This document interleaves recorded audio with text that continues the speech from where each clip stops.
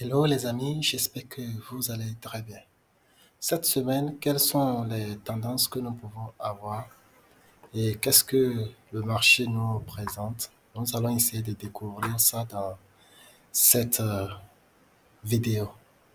Alors ici, sur le gold, en weekly, nous remarquons que le gold est coincé ici, en haut ici sur une zone de résistance. Et donc le gold est coincé là.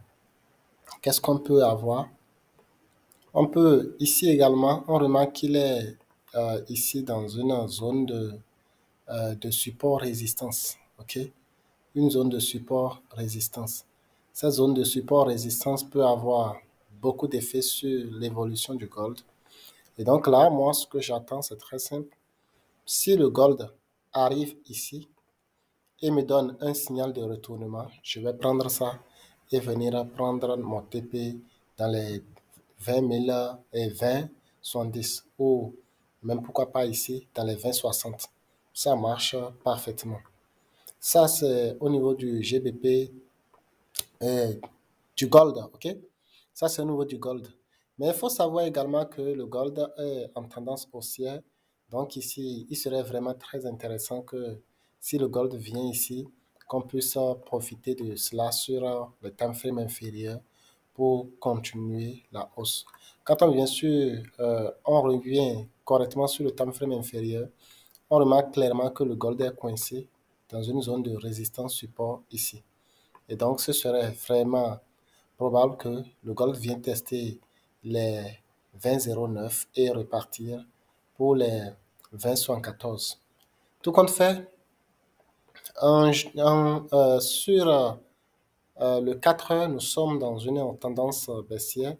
Nous avons par exemple là le gold qui vient faire un double top ici pour continuer. Et comme il a continué actuellement, on a une zone de support ici, dans laquelle, support résistance bien sûr, dans laquelle le gold est coincé. Et donc, s'il me donne un signal de retournement, je peux prendre cette contre-tendance là, comme ça, ok, pour venir faire un retest ici, par exemple, break là, ok, venez faire un retest et continuer. Mais ce qui est sûr, jusque-là, on n'a rien, le marché ne nous présente rien. C'est le matin qu'on avait de belles occasions, mais bon, ces occasions sont ratées, donc on s'en fout, on va chercher d'autres opportunités.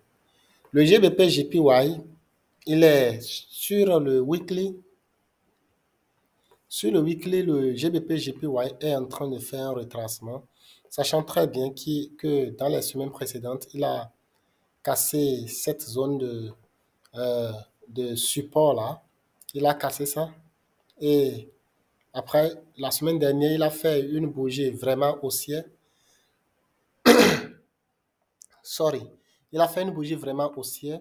Moi, je m'attends à ce que cette semaine, le gold vienne tester minimum 50% de cette bougie-là, comme ça, avant de continuer certainement la hausse. Mais ce qui est sûr, sur la vue globale, nous avons le gold qui est clairement haussier. Mais après cette cassure, qu'est-ce qu'on peut avoir? Le gold pourrait descendre s'il excède quand même là. Sur le daily, nous remarquons que sur le daily, le gold, pardon, le GBP US JPY, ok? Le GBP JPY est réellement dans un rectangle. On voit là qu'il est dans un rectangle et donc il faut patienter qu'il sorte de ce rectangle.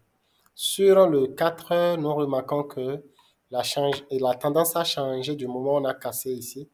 Le GBP JPY est devenu haussier.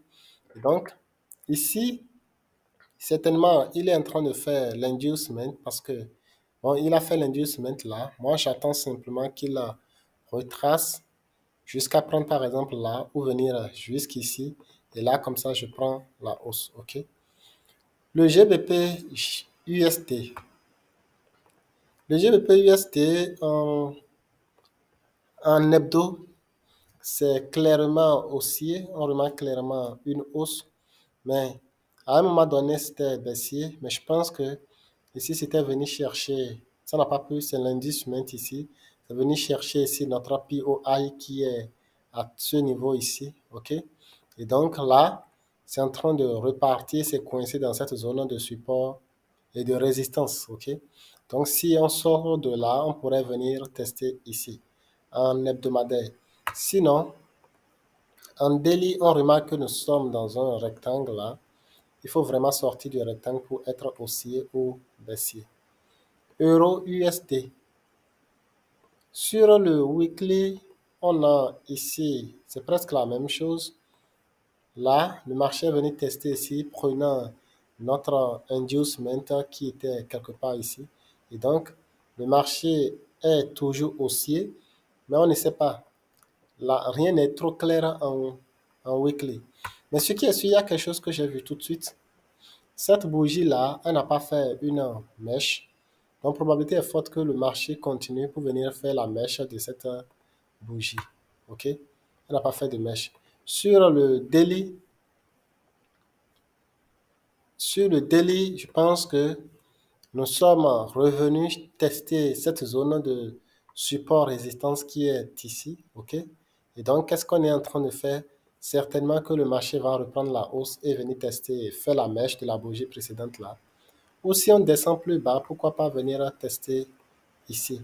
Mais descendre plus bas, il faut faire beaucoup attention. On sera en compte tendance, ce qui n'est pas vraiment normal. On va voir le USD JPY.